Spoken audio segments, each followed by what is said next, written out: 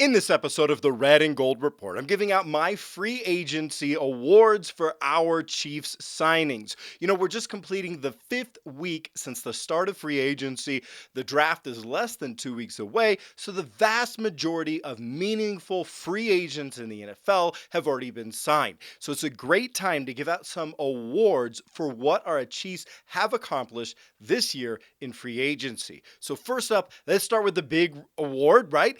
The best free agent signing the Chiefs made. Now, remember, with this offseason, we got to think about value. The cap is becoming an issue, so value matters. So, the best signing absolutely has to be signing former Steelers wide receiver Juju Smith-Schuster. Yes, he struggled mightily the last few years for the Steelers, but you know what? He was once a dynamic playmaker, and he's still only 25 years old. But what makes this signing the best of the offseason is the cost. This was a deal. Getting Juju at a deal with a base value of only $3 million. Well, that's an excellent deal. Yes, it can rise with incentives to 10.75 million, but hey, you earn it, right? And now retrospectively, this deal makes even more sense than when it was signed. Of course, the signing was made before any of us knew that Tyreek Hill was going to get shipped out of town in a trade to Miami. So now with that knowledge, well, Juju, he wasn't just signing to see if he could play second fiddle to Tyreek. No, now we know, well, he was signing to compete for the top wide receiver spot for the team.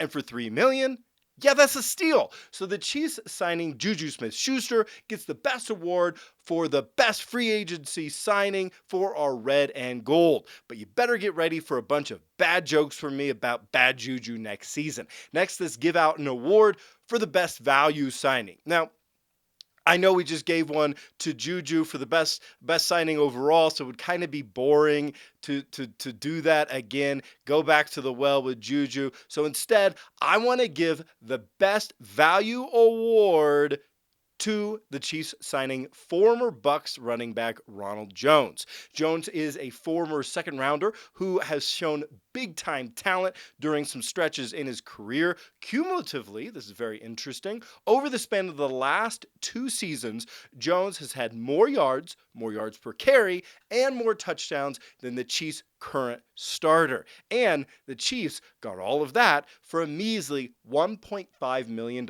base. Yes, it can be worth up to $5 million with incentives, but $1.5 million for Jones is a fantastic value signing. He could step in and be our best running back.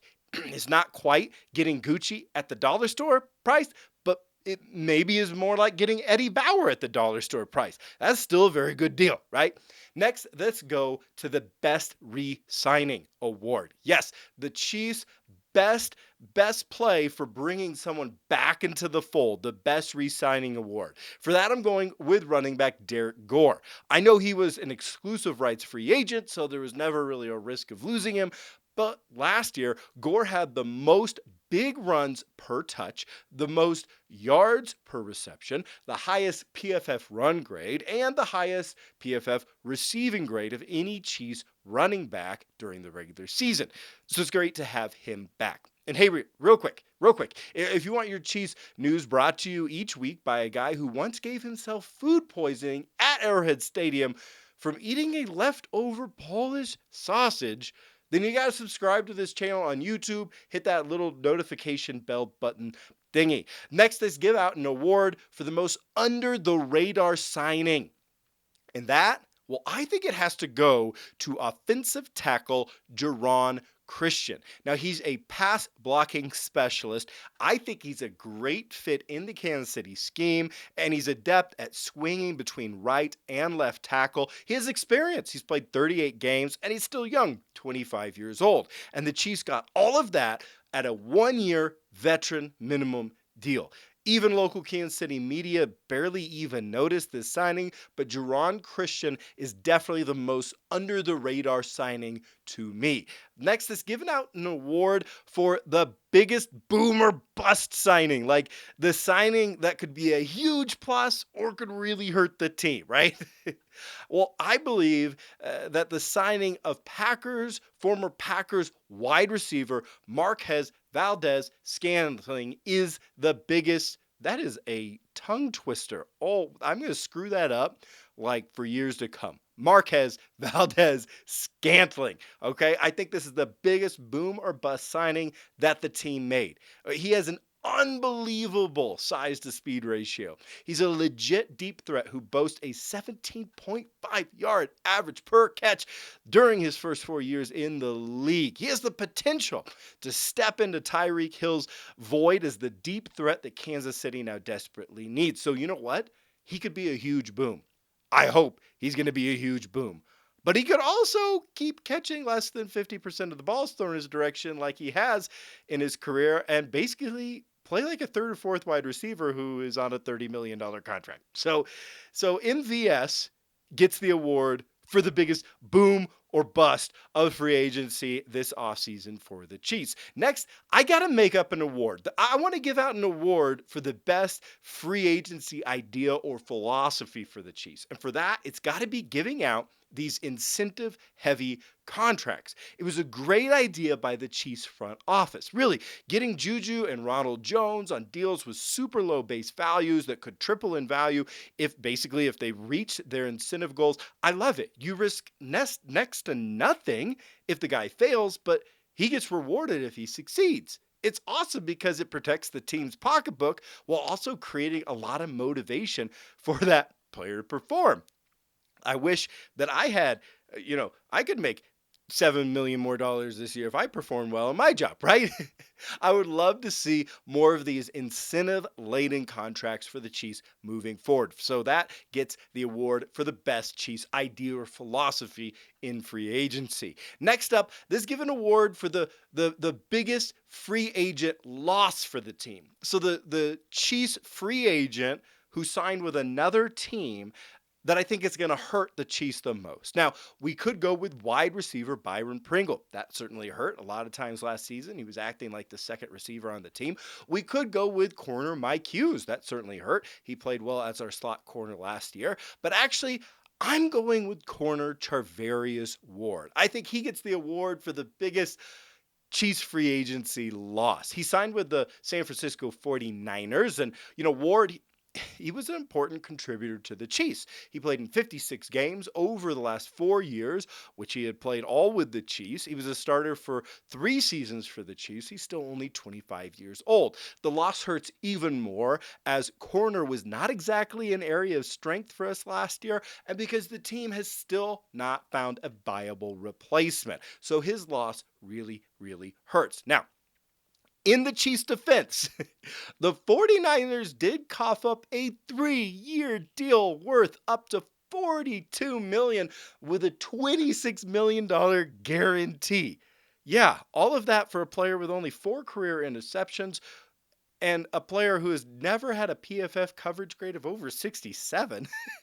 So they gave him just plain stupid money. Like, I agree with the Chiefs' move of letting him walk away for that much, right? It's like rolling up to Arby's and paying $200 for a roast beef sandwich. I really like Arby's roast beef sandwiches. I'm not paying $200. I think that's a little steep, right? But it's still the biggest loss in free agency for our red and gold. The next reward, well, it's kind of not an award. I'm going to call it the Head Scratcher Award. The free agent signing of the Chiefs that just doesn't make sense. And for that, I have to give this Head Scratcher Award to the Chiefs signing of former Houston safety Justin Reid, because the numbers do not add up here. Reid was graded as the 87th and 92nd best safety the last 2 years by PFF, so he did not grade as a starter. He averaged 1 single interception over the last 2 years, and he was benched for a portion of last year because he got in a disagreement with his coach. Now, to me, that doesn't add up to the 3-year, $31.5 million deal he just got. Usually, that might add up for a player who has shown potential but has not played very well in a couple years. That usually adds up to something like a 1-year, $2 to $6 million prove-it deal, right? Not a $31.5 million deal with over $20 million guaranteed. And just in case you think, oh, that's just you. No, it isn't just me. Bleacher Report included this deal in their short list of 9 of the all overpaid free agency team. So look, I think Reid is really talented. I think he has tons of potential. I am confident that he's going to turn it on in Kansas City. I'm confident he's going to be better with better coaching, on a better team, less frustrated because he's not with like the Texans. They're kind of garbage.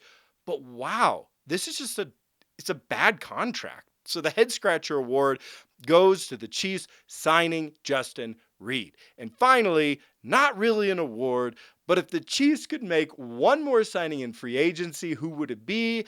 Well, I would hope it would be a team-friendly contract for cornerback Stephon Gilmore. A move like that not only would help the defensive backs, it would allow the Chiefs to focus on the defensive line in the draft, particularly at defensive end. But let me know what you think. Who do you think was the best signing for the Chiefs in free agency? Who do you think hurt the most to lose in free agency? And who do you think we should still sign in free agency? Leave me your thoughts, your comments below. And while you're at it, if you haven't had a chance yet, subscribe to this channel on the Red and Gold Report on YouTube. And if you're subscribed, make sure you hit that little notification bell. Thanks for watching the Red and Gold Report, and go Chiefs!